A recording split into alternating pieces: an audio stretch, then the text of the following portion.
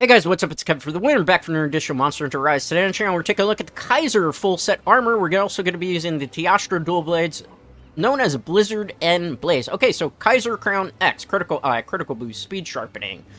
Kaiser Mail X, Critical Eye, Master's Touch, Ballistics, Flinch Free.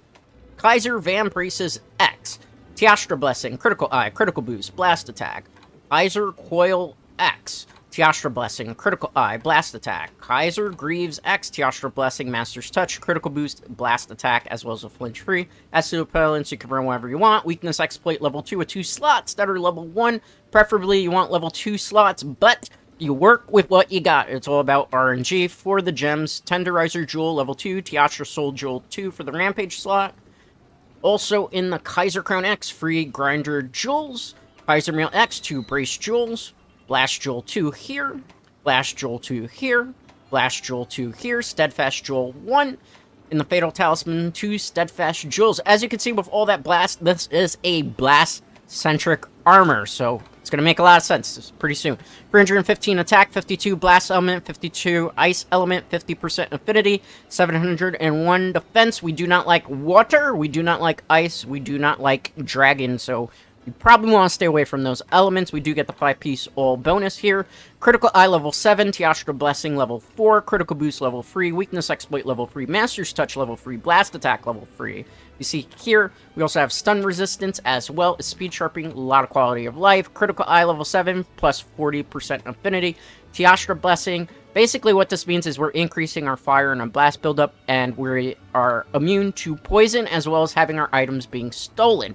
Critical Boost level 3, increase damage dealt by critical hits to 40%. Weakness Exploit, anytime we deal damage to a monster's weak spot, 50% Infinity. Master's Touch, anytime that we do critical hits, we do not lose sharpness, which is helpful.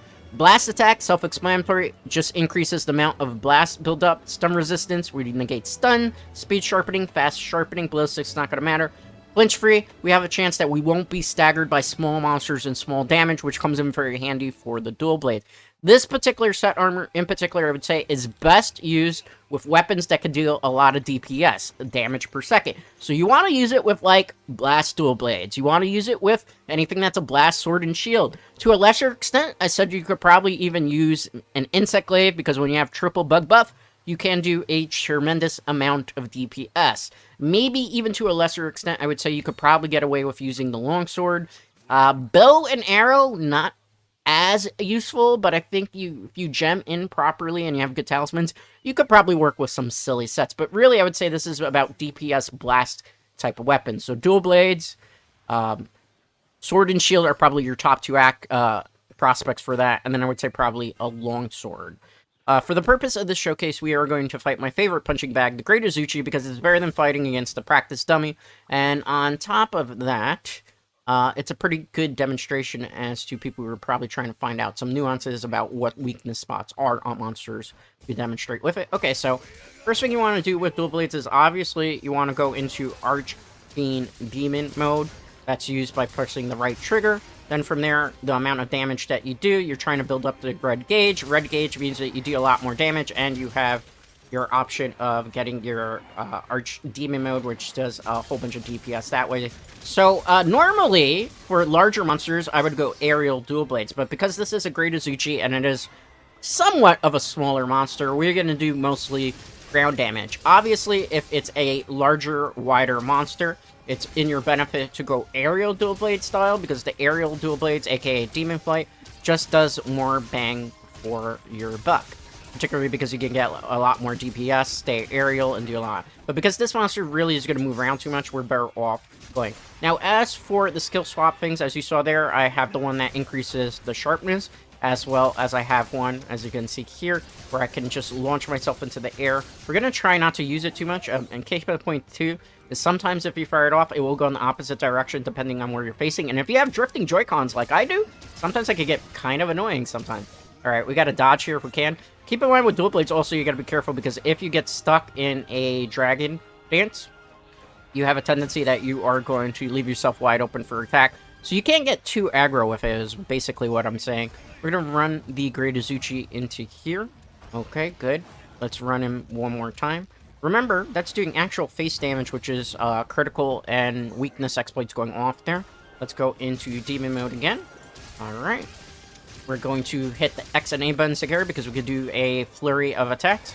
Pretty much what we're doing here is trying to increase the amount of blast. Okay, I got the hunter art there. That actually looked really cool.